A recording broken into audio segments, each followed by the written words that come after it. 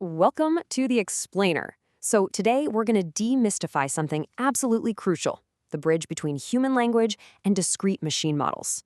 If you've ever found yourself wondering exactly how a computer system takes a totally chaotic string of human text and actually starts to make sense of it, well, you're in the right place.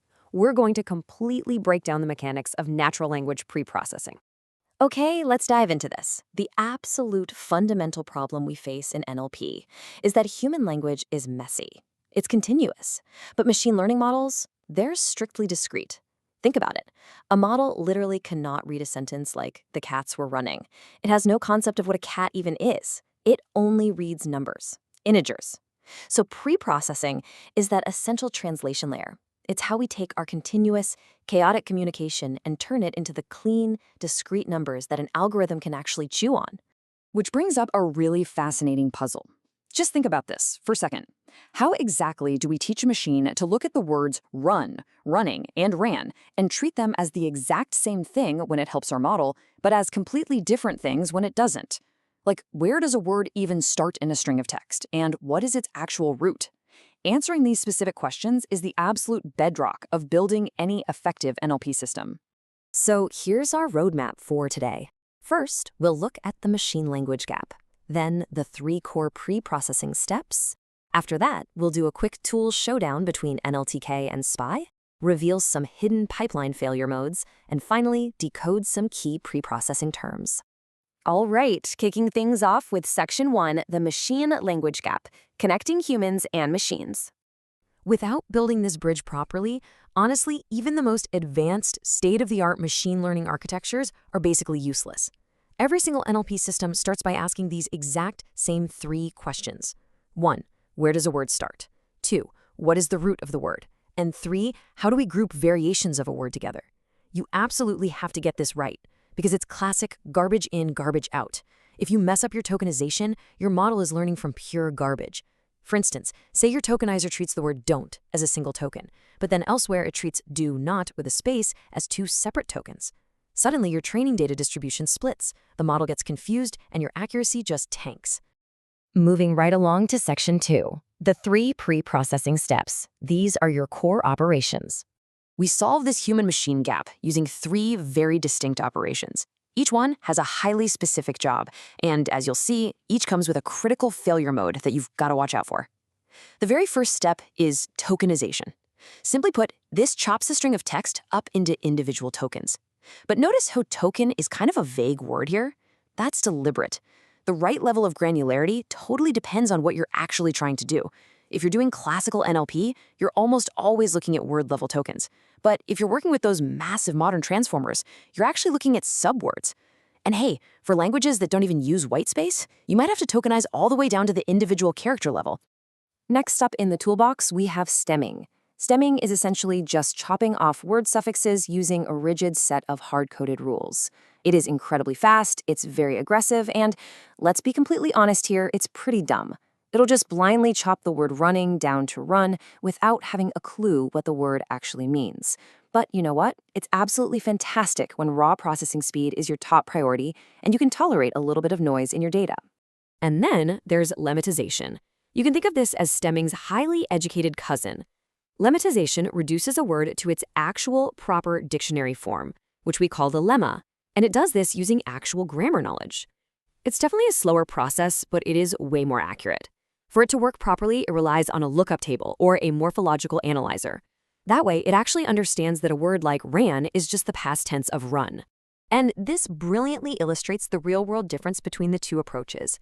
Look at the left side here. Stemming completely collapses the word organization down to organ. That is a massive failure mode. I mean, an organization and a bodily organ mean completely different things. If that happens in your data, your topic modeling is basically dead in the water. But look at the right. Lemmatization intelligently maps the word better back to its true root, good, because it actually understands the comparative form and the grammatical context. It's a total game changer. Let's move to list and see how this builds a complete pipeline from the ground up.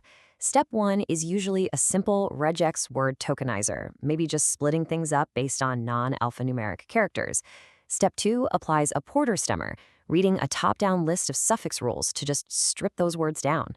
Step 3 introduces that lookup-based lemmatizer we just talked about to catch all the weird irregularities. But the final missing piece of the puzzle is step 4, piping the whole shebang together with a part of speech, or POS tagger. Because without knowing if a word is acting as a noun or a verb, your lemmatizer is literally flying blind. All right, on to section 3, NLTK versus spaCy, the great tool showdown. Out in the real world, you're rarely going to build these pipelines entirely from scratch. Instead, you're going to rely on robust, production-grade Python tools. So here's the practical breakdown of exactly when you should pick which tool. If you are teaching, doing academic research, or you really need to manually swap out granular components of your pipeline, you go with NLTK. But if you are moving into production, working across multiple languages, and speed at a massive scale actually matters to you, you pick spaCy every time. It's faster at scale, it's more accurate straight out of the box, and it neatly hides that whole complex pipeline behind one simple command. Oh, and a quick pro tip, if you're building a transformer pipeline, you generally just skip classical preprocessing altogether. You just use the model's built-in tokenizer and save yourself the headache.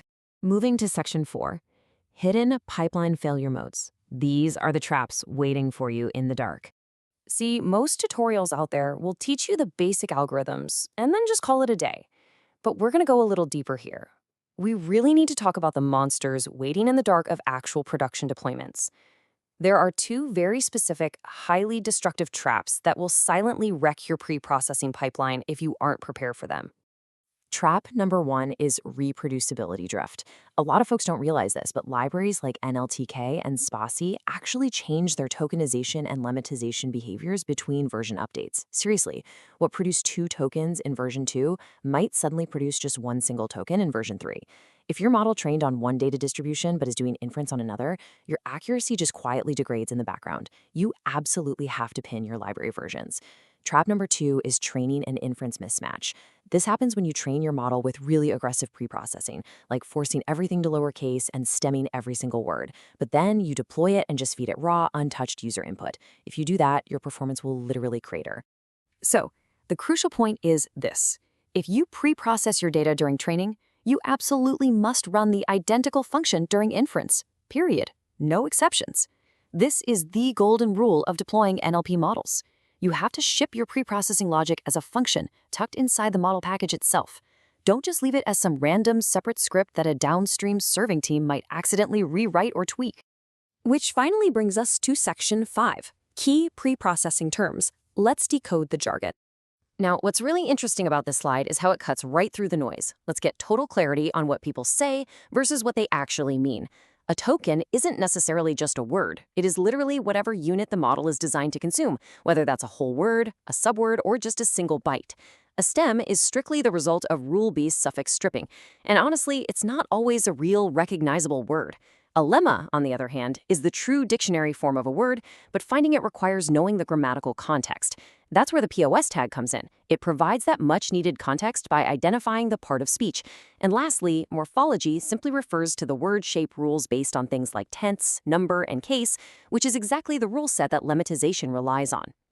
Which brings us to a really critical final thought for you to take away today. Given everything we just discussed about unpinned library versions and that incredibly sneaky reproducibility drift, how might your own data pipelines be quietly degrading right now without you even knowing it? I highly recommend taking a close look at your production systems this week to ensure your training inputs perfectly match your inference inputs. Thanks so much for joining me on this explainer, and keep building.